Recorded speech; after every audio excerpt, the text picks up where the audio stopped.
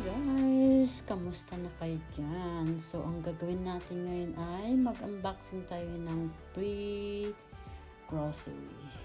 Ito siya guys. Ayan sila. May mayonnaise, mayroong ano ba ito? Sauce ng barbecue sauce, may ketchup, and then ketchup, tomato ketchup, and then para sa burger naman to, tapos mustard, tartar sauce. Ayan ang i-unboxing natin guys.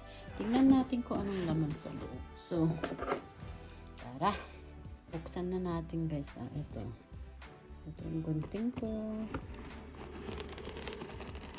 Diyan lang kayo. Unboxing tayo. Ito yung nakukuha namin sa pag mataas yung sinaping namin.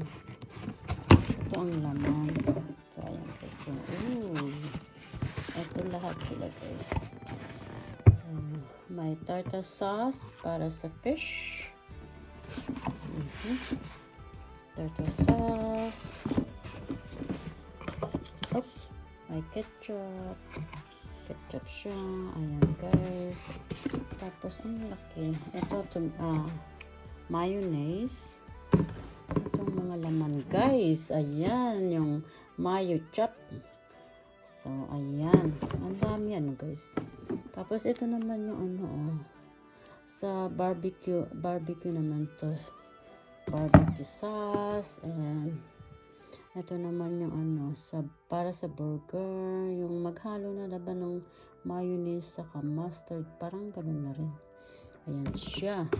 Etong favorite ko. Yellow mustard. Before, ayaw ko nito guys. Pero nung natitikman ko, nagustuhan ko na rin. So ito ang laman ng box na to. Ang dami. Malalaki pala siya guys.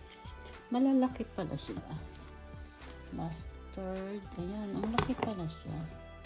Kasi hindi na rin masama guys. Ito yung mga So ito.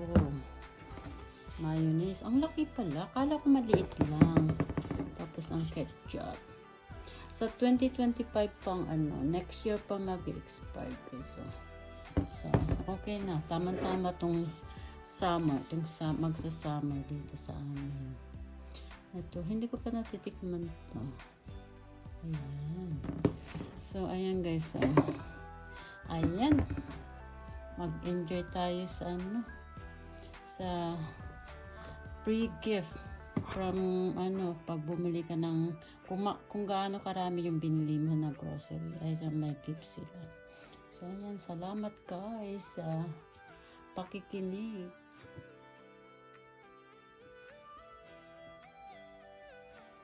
So, ayan na guys. So, ayan.